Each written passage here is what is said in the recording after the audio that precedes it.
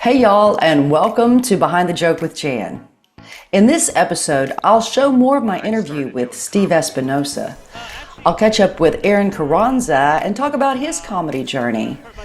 Carina Libretto and I talk about writing sessions and how they translate into open mics.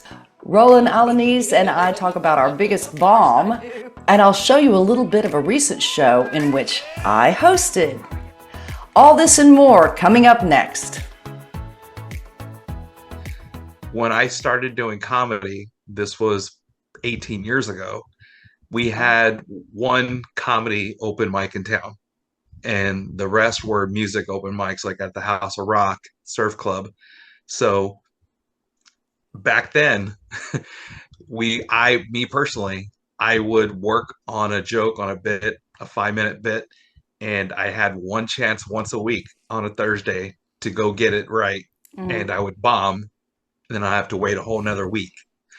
Versus in Corpus now, the comedy scene is doing so amazing with everybody everybody that has their hand in, in helping out with it, with the writing classes that everyone's working on, all the mics, everything.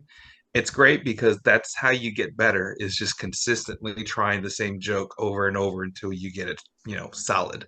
Right. So I think that's how the comedy scene is thriving, and I think it's because you and everybody else there are working so well together, and y'all are using your brains, and you guys are using technology, and I think it's great. I'm a little bitter because I wish I had that, but it's good that you guys have it.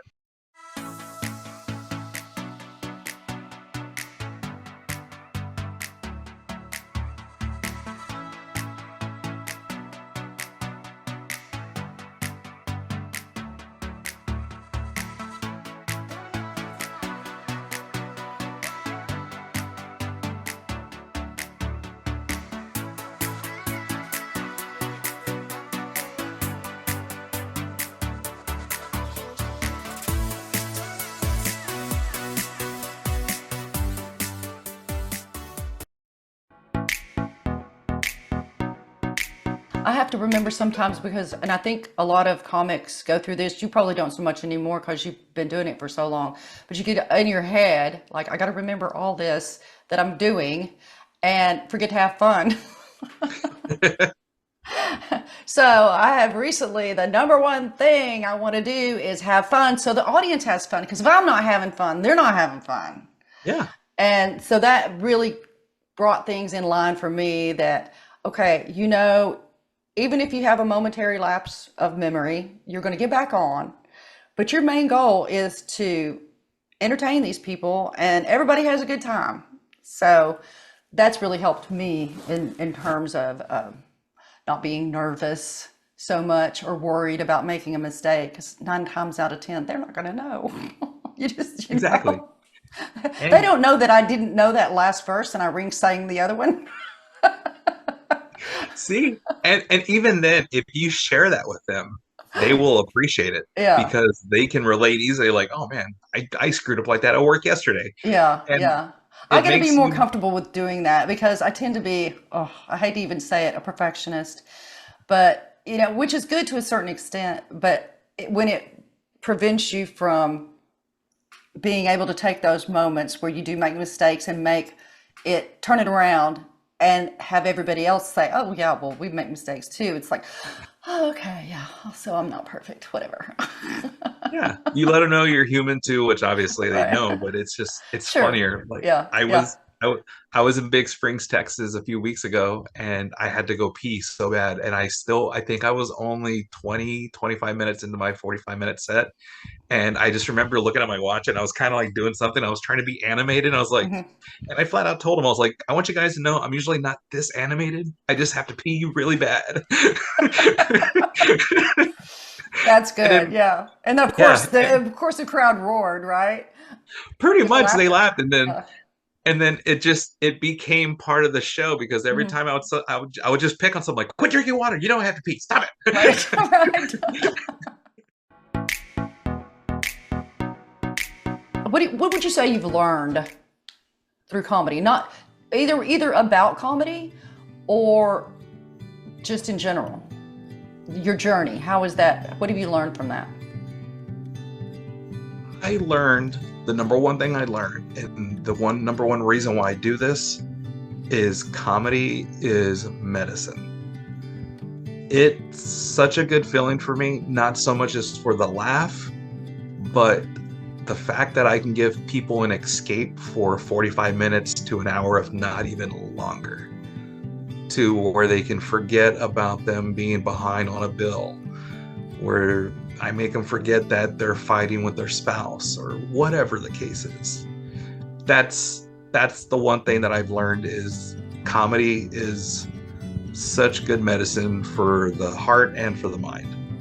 You know, when I do my COVID stuff, this happens a lot actually. When I do my COVID stuff, somebody always comes up and talks to me at the end of the show, and I try my hardest not to cry, because they tell me about how they lost somebody and that they went through everything I went through and they didn't make it. And it was nice to hear my story, how I came out through it. And it was funny to hear all the stuff from my perspective, because they can imagine that that's what that person went through. So it's nice to give people that positive picture on such an ugly thing.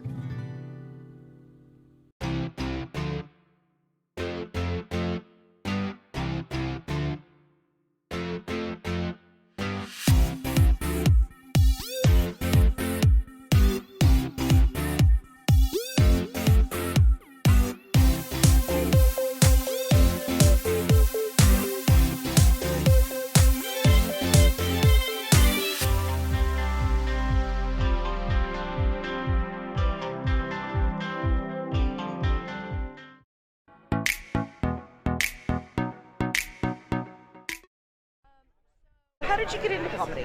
Actually, an interesting enough story is that my son was born 4 years ago, and I had real bad postpartum, where I was suicidal.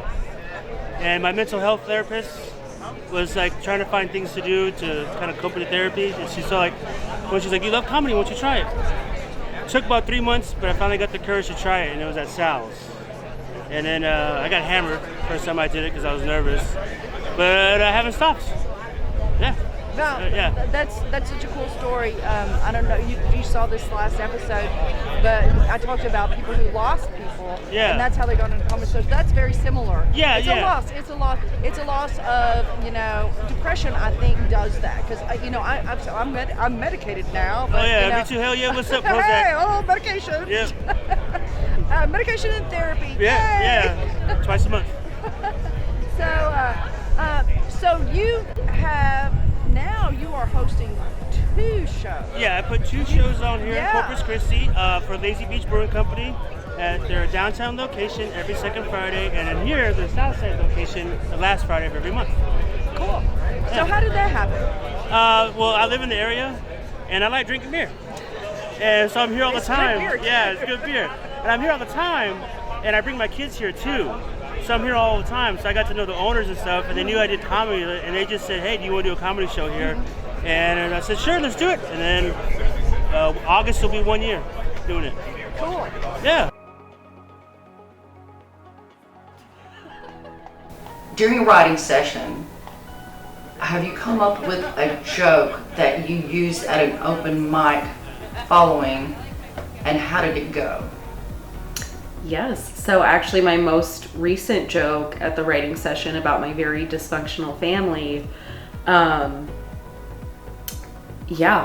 did that at the writing session, and that was, I literally had spent like a weekend with my family, and I was so drained, and I came back and I was like, you know what? I was like, let me get this out in like the ether. Like I need to get rid of this energy. So yeah, I tried it at the writing session, and then I did it at the open mic the next week. And I was pretty surprised with the reception. Like I wouldn't say it's my strongest joke ever, but I got a few good pops, and I was pretty satisfied with it. And I was like, this is a starting point. Like I have something here like that I can definitely work on and punch up and really turn it into a really good joke. So she's flipping through and it's like under major depression. It's like all of our pictures, right?